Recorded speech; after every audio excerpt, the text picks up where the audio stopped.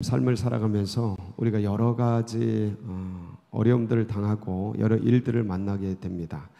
그럴 때 어느 때는 느닷없이 생각 못하고 이제 당할 때가 있는가 하면 어느 때는 이제 알고 참 이런 일이 있는데 어떻게 하나 하고 알고도 당하는 일들이 있습니다.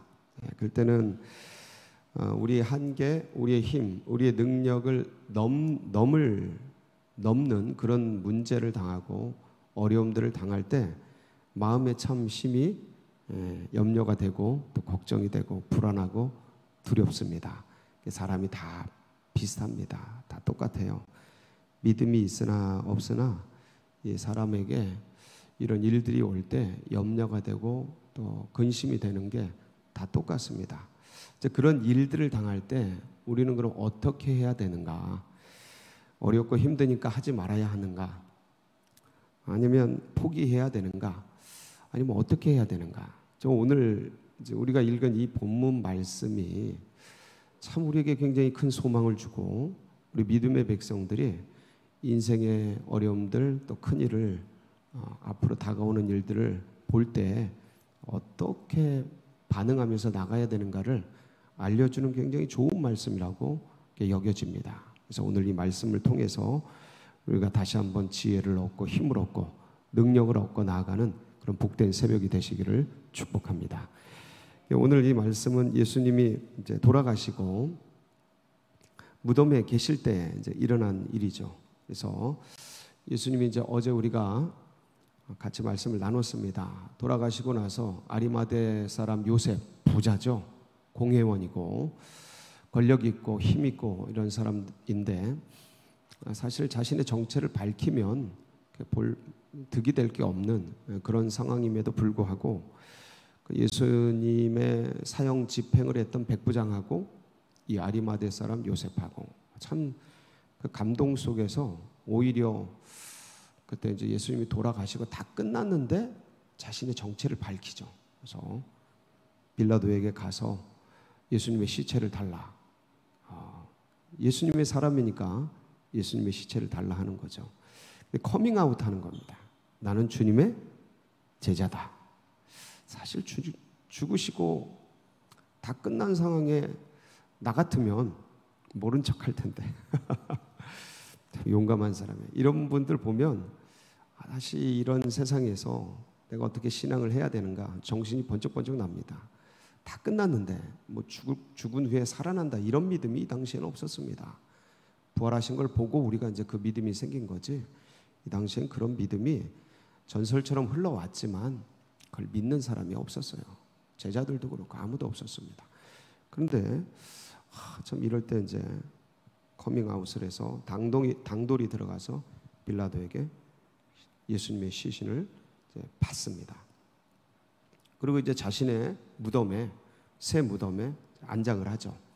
다 닦고 유대인의 장례법대로 다 닦고 그래서 향품으로 해서 이때 이제 니고데모도 와가지고 그 향품을 가져오지 않습니까? 몰약과 침향 섞은 거 향품을 굉장히 많이 가져옵니다. 왜냐하면 주님이 만신창이가 돼가지고 닦을 게 많아요. 그래서 이제 해가지고 그래서 무덤에 안치를 하죠.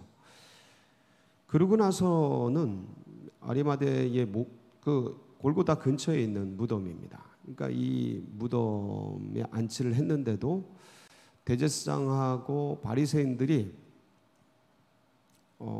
안심을 못합니다.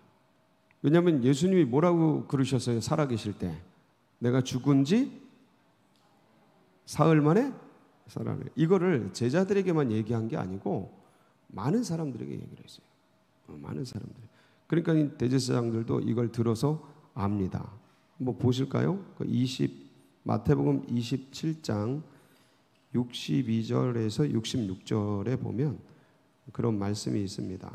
27장 같이 한번 보시겠습니다. 시작. 그 이튿날은 준비일 다음 날이라. 대제사장들과 바리새인들이 함께 빌라도에게 모여 이르되 주여 저 속이던 자가 살아있을 때에 말하되 내가 사흘 후에 다시 살아나리라 한 것을 우리가 이거 보세요. 그러니까 대제사장들과 바리새인들, 이 유대인의 지도자들이죠. 예수님을 제거한 아주 주요한 그런 사람들입니다. 빌라도에게 가서 이 사람이, 이 예수가 살아 있을 때 사람들에게 그렇게 얘기를 했다. 내가 죽었다가 3일 만에 살아날 거다. 그렇게 얘기를 한 것을 우리가 기억을 한다. 다 들어서 한다. 그러니까 이게 제자들에게만 한 게 아니에요. 백성들에게도 했고, 뭐 대제사장들에게 했겠습니까? 백성들에게 하는 것을 대제사장들이 들은 거죠. 듣고 아는 거예요. 그래서 이제 그럼 어떤 조치를 요청하냐면, 염려스러운데 64절 같이 볼까요? 그러므로 명령하여 그 무덤을 사흘까지 굳게 지키게 하소서. 그의 제자들이 와서 시체를 도둑질하여 가고 백성에게 말하되 그가 죽은 자 가운데서 살아났다 하면 후의 속임이 전보다 더 클까 하나이다. 그러니까 이제 혹시나 제자들이 와서 도적질해 가면 어떡하냐. 그러면 정말 이게 아주 더 큰 그런 어떤 백성들에게 속임이 되지 않겠느냐. 이게 이단같이 그렇게 일어나서 백성들을 현혹하고 그러지 않겠느냐. 그러니까 그 무덤을 좀 지켰으면 좋겠다. 군사들을 풀어서 지켜달라 하니까 빌라도가 뭐라 그래요? 65절에 빌라도가 이르되 너희에게 경비병이 있으니 가서 힘대로 굳게 지키라 하거늘. 야, 너희들에게 경비병이 있지 않냐? 자유롭게 니네 마음대로 힘껏 지켜라. 그래서 이들이 조치를 합니다. 66절 시작. 그들이 경비병과 함께 가서 돌을 임봉하고 무덤을 굳게 지키니라. 자, 경비병을 이제 자기들도 있으니까 데리고 가서 돌을 뭐 하고요? 임봉하고. 이제 임봉이 뭐냐면, 그러니까 이 임봉의 목적, 그러니까 이 무덤을 지키는 이 대제사장들의 목적은 두 가지예요. 제자들이 부활할 거는 생각을 안 하고, 그런 거는 상상할 수 없고, 제자들이 도둑질해 갈 것을 방지하는 거예요. 임봉을 어떻게 하냐면, 무덤이 있고 돌을 딱 막잖아요. 그러니까 돌을 이렇게 밧줄로 이렇게 감싸요. 감싼 다음에 양쪽을 쫙 해가지고 양쪽 끝에 팽팽하게 해서 그 끝에 끄트머리를 이 진흙 같은 거로 쫙 이렇게 뭉개, 지금으로 말하면 시멘트 같은 거로 딱 해서 그 위에다 인을 딱 쳐요. 도장을 찍어요. 그래서 이게 무덤이, 돌이 조금이라도 움직이면 바위에 묻어있는 진흙이 깨지면서 임봉이 깨지는 거예요.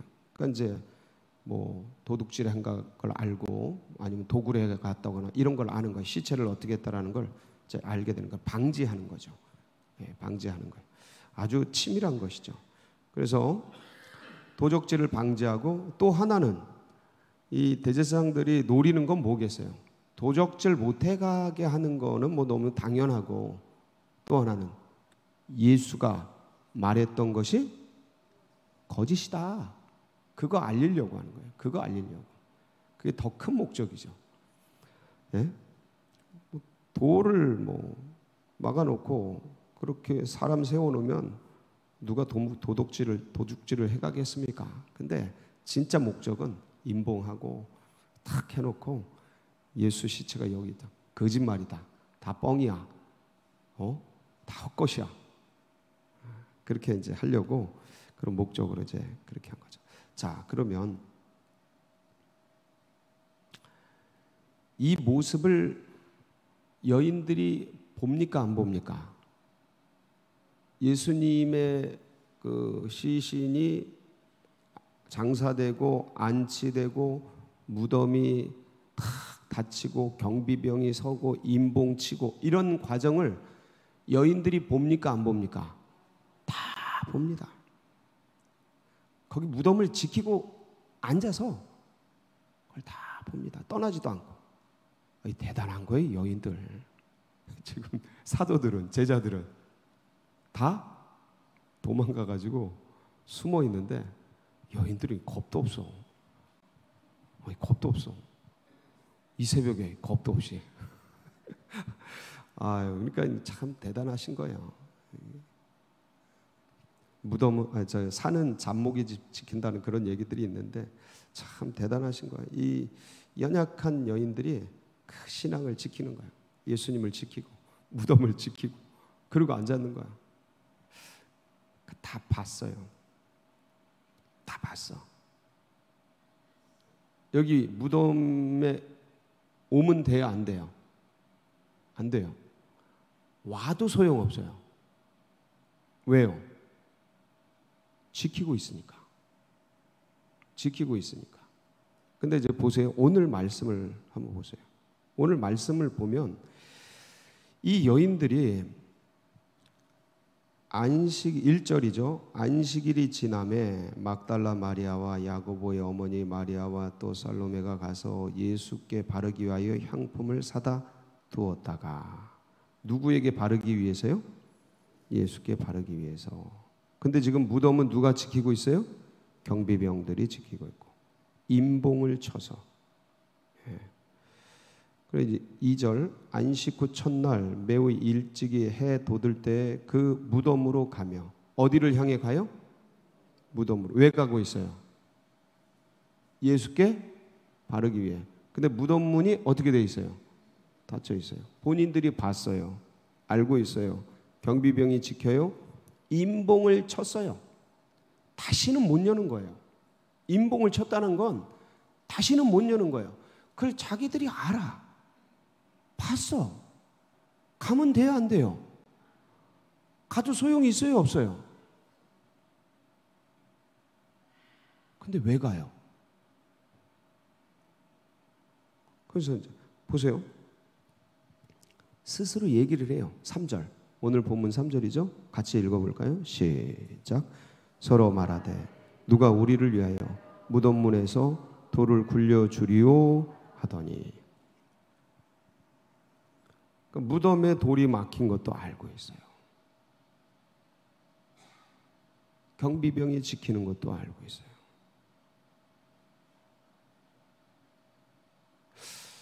이 여인들이 왜 갈까? 예수님은 죽었어요. 근데 여인들이 뭐 하고 싶은 거예요? 예수님의 몸에 향품을 바르고 싶은 거예요. 딴 것도 아니야. 그거 하고 싶은 거예요. 예수님이 부활하셨다, 살아나셨다, 이거 기대한 사람은 아무도 없었습니다. 아무도 없었어요. 그냥 이 여인들의 마음은 오직 죽은 예수님의 시체에 향품이라도 바르려고. 이미 무덤에 들어가서 지금 사흘째예요. 다 끝난 거야. 다 끝났다고. 이게 안식 후 첫날이면 금, 토, 일, 주일이잖아요. 3일째, 3일장 발인해서 나가는 날이잖아요. 근데 이미 안치가 됐다고요. 그러니까 다 끝났는데 이 여인들을 움직인 건 뭘까 도대체? 그러니까 그 예수님의 몸에 향품이라도 바르기 위한 애절함, 간절함, 그게 이 여인들을 이 새벽 일찍이 움직이게 한 거예요. 그리고 무덤 문이 닫혀 있어요. 경비병이 지키고 있어요. 아무리 해도 안 되는 걸 아는데도 글로 향해 가. 그 글로 향해 가게 만드는 에너지는 뭘까? 사모함이에요. 간절함이에요. 안 될 거를 아는데 그래도 혹시, 이게 대단한 건데 이게 이 여인들의 믿음이었어요. 간절한 소망, 애타는 마음. 근데 이게 왜 그런 얘기 있잖아요. 지성이면 감천이다. 이 감천이 하나님이에요. 하나님. 그렇게 생각하면 이게 우리 믿음의 언어가 맞아요. 일반인들이 막연하게 만든 언어인데 믿음의 언어로 우리가 받자면 정말 간절히 주님께 소망을 하면 주님이 응답하셔요. 역사하셔요. 저는 이 모습을 보면서 이 여인들을 움직인 게 뭔가. 우리 남자들 같은 경우는 이미 다 끝났고 이성적으로 다 끝났잖아요. 이거는 무덤도 닫혀 있고 오지 말라 그러고 경비병이 창 들고 지키고 있고 가봤자 소용없고 이미 다 끝나려는데 거길 왜 가? 이 부인이 제 부인이었으면, 아니 뭐 누구였으면, 야 거길 뭐하러 가? 거기 가면 위험해. 새벽에 무슨 일 당할 줄 알고 거길 가? 이 미쳤어? 왜 이래? 이 여자가 다 끝났는데 이제 와서 뭐 하는 짓이야? 그랬을 것 같아요. 이 여인들도 알아요, 몰라요? 이걸 다 알아요. 근데 지금 뭐가 끌어당기는 거예요? 그냥 애타는 마음.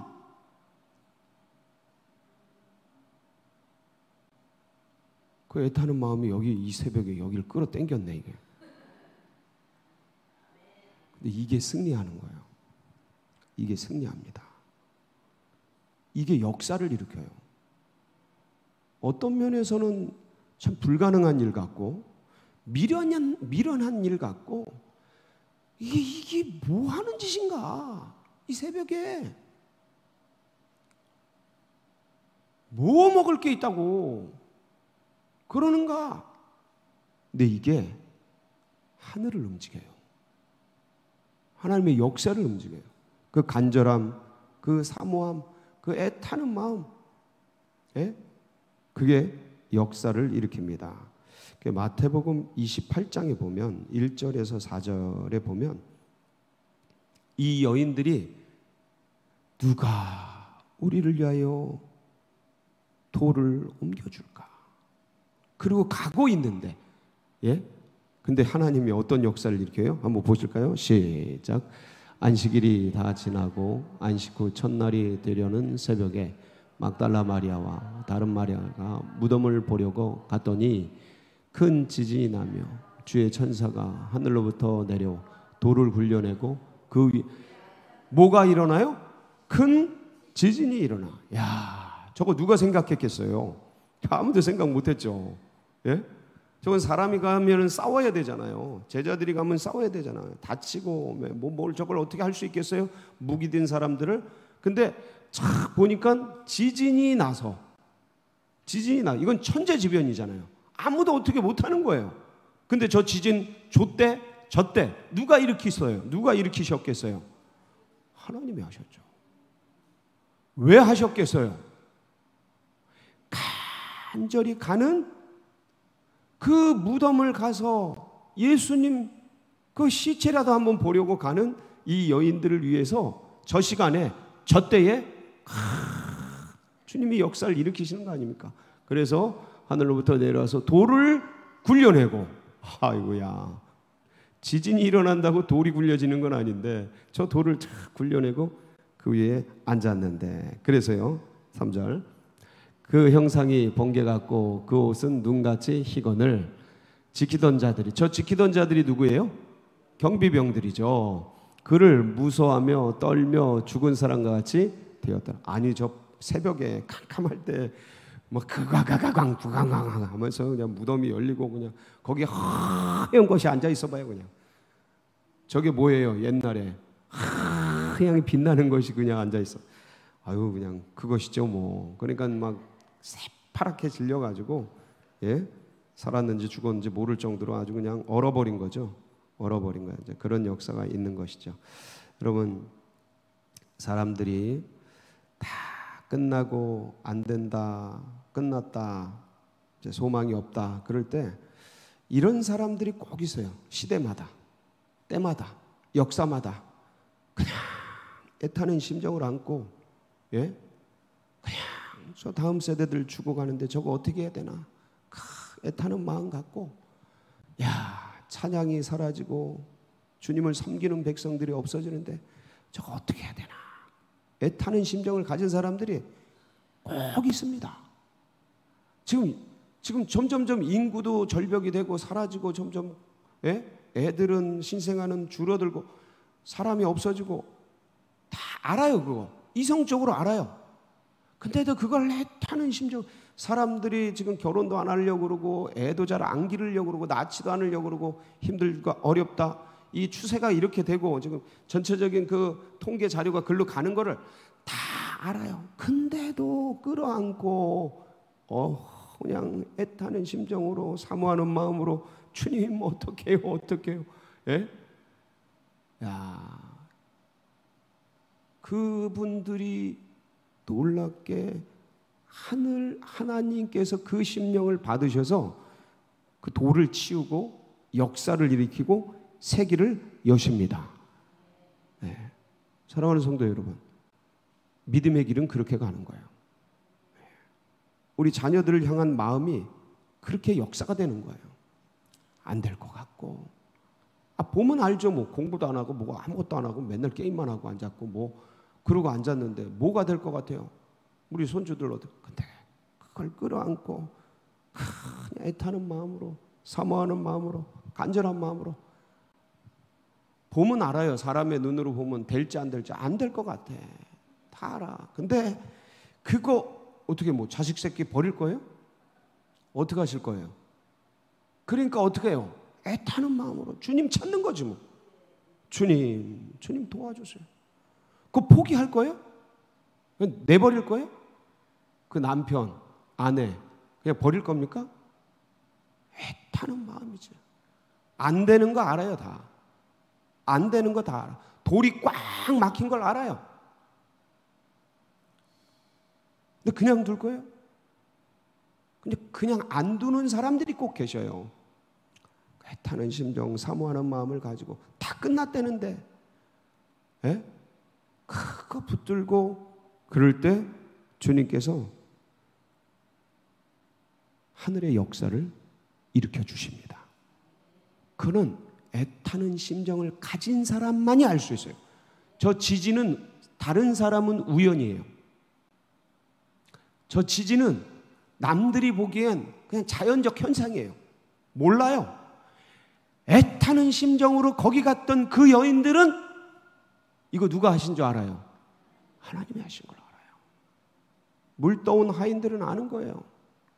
남들은 그냥 생긴 것 같아도 기도한 사람들은 아는 겁니다. 교회가 어떻게 굴러가는지, 어떻게 진행이 되고 있는지, 이 자녀가 어떻게 여기까지 왔는지, 내가 어떻게 여기까지 왔는지 기도하는 사람들은 아는 거예요. 남들이 보기엔 그냥 자연스러운 거예요. 근데 거기엔 피눈물이 녹아있는 거예요. 피눈물이, 간절함이, 애타는 심정이. 그래서 오늘 이 말씀 같이 한번 읽고 같이 기도하도록 하겠습니다. 빌립보서 1장 20절 시작. 나의 간절한 기대와 소망을 따라 아무 일에든지 부끄럽지 아니하고 오직 전과 같이 이제도 온전히 담대하여 살든지 죽든지 내 몸에 그리스도가 존귀되게 하려 하나니. 아멘. 간절한 기대와 소망을 가지고 오늘도 주님 앞에 승리하는 복된 날이 되시길 축복합니다. 같이 기도하시겠습니다. 우리 합심해서 기도하실 때에 우리 환우들 또 우리 서울제일교회 돈천동 시대 열어주시도록 여러분 각자의 기도 제목 붙들고 주님 기대와 소망을 따라 주님 앞에 나갑니다. 역사하여 주옵소서. 우리 부르짖고 기도하며 나갑니다. 부르짖습니다. 주여 주여